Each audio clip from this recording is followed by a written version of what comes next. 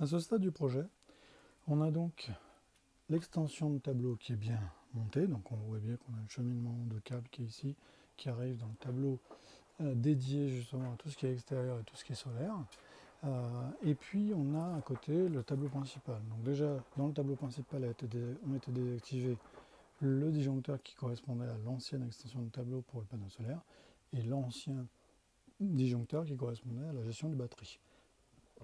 Ceux-ci sont désormais bien connectés sur ces trois disjoncteurs, donc celui-là étant pour cette installation-là, celui-là étant pour cette installation-là, et celui-ci étant pour les batteries. Donc ça, étant donné que cette partie-là n'est pas connectée, puisqu'il n'y a pas encore de panneaux qui sont derrière, donc du coup, ceux-là, je les ai désactivés. D'ailleurs, je pourrais très bien débrancher ce câble-là, parce qu'en fait, c'est ce disjoncteur-là, parce que c'est celui qui correspond à cette partie ici. Cela correspond à là, celui-ci correspond à la batterie. Donc maintenant, ce qu'on voit bien, c'est qu'il manque la gestion de la batterie à ce stade, enfin à cette zone-là. Donc l'installation de la batterie correspond donc à déplacer ce tableau divisionnaire qui est bien installé aujourd'hui sur son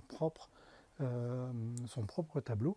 Donc ça correspondra à remplacer le câble qu'on voit arriver ici du sous-sol, qui lui va arriver dans la boîtier de dérivation et ensuite sera connecté avec cette batterie. L'intégralité de ce qui est dans ce tableau, lui, passera dans l'autre partie, ce qui fait que du coup ce câble que j'avais monté pour le consuel de 6 carrés pourra être supprimé, ainsi que ce câble-là qui lui n'aura plus d'intérêt, puisque de toute façon il n'y aura plus cette zone depuis ce tableau. Il y aura juste un boîtier de dérivation qui sera là. Boîtier de dérivation, ça correspond à ça. Donc c'est un boîtier relais dans lequel on peut interconnecter différents appareillages ou de câblage sans que ce soit visible et en étant protégé de tout contact, etc.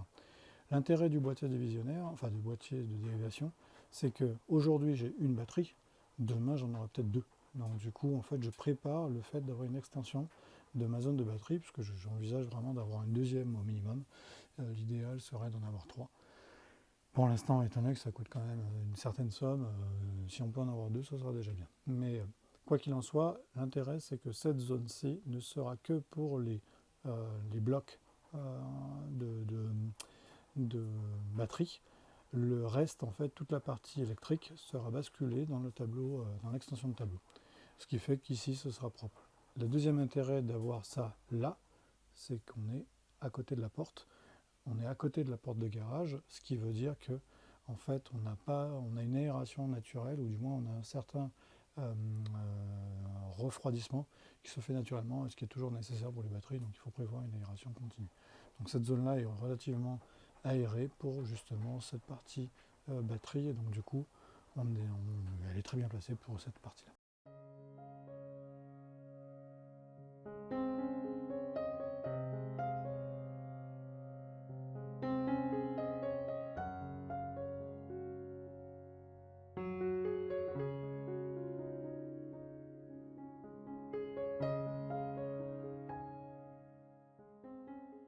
Donc, à ce stade, comme on voit ici, j'ai donc repris la gaine qui va aller jusqu'au tableau électrique là-bas, donc repris le câble pour l'intégrer finalement dans ce boîtier de dérivation que j'avais déjà, plutôt que d'en rajouter un deuxième. En fait, j'utilise le même puisqu'il est largement suffisant en termes de taille et d'espace. Donc on voit les câbles qui arrivent ici. J'ai simplement retiré un câble qui est protégé d'une gaine qui se trouve à l'arrière dans le système de cale, enfin le montage de la batterie, et donc qui passe dans une gaine qui est doublée, repris dans la gaine initiale, donc celle qui était avant, pour arriver directement dans le connecteur qui est ici. Tout est maintenant refixé, donc il n'y a plus qu'à poser la batterie sur son encoche. On fera ça au dernier moment.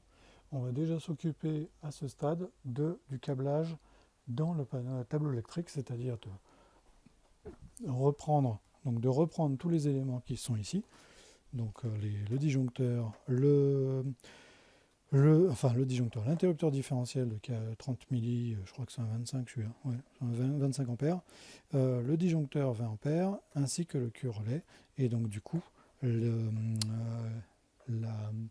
câblage qu'on vient de mettre arrivera directement dans cette partie-là, donc dans le cul relais, à l'arrière du cul relais. Et ensuite, il faudra simplement reconnecter correctement, parce que là, c'était des boîtiers de trucs, enfin des câbles dédoublés. Donc on mettra un câble normal. Et ensuite, on ressortira là-dessus pour aller dans le disjoncteur, donc dans ce disjoncteur-ci. Donc ça veut dire qu'on reprend ce câble-là, c'est ce câble-là qui vont être réutilisés pour se mettre sur le cul relais qui sera ici.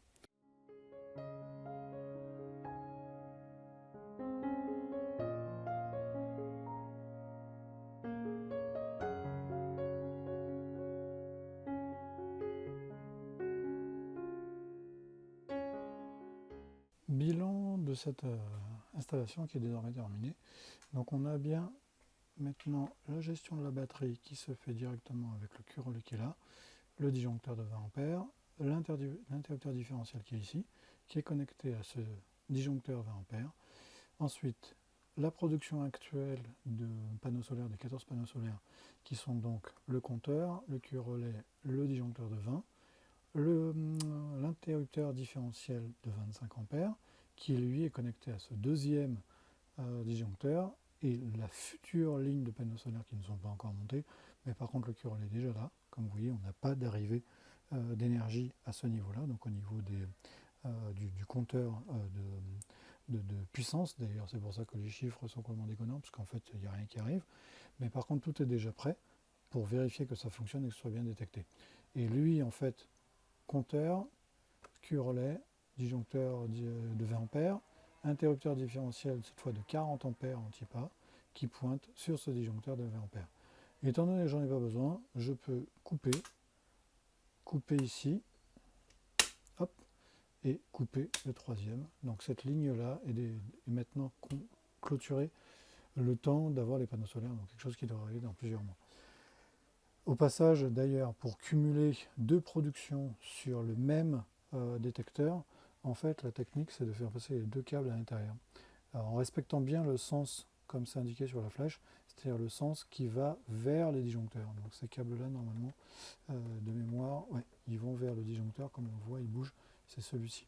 Donc ça et ça, en fait, c'est les deux câbles de phase qui passent à l'intérieur de ce détecteur. Donc comme ça, en fait, on cumule les deux productions.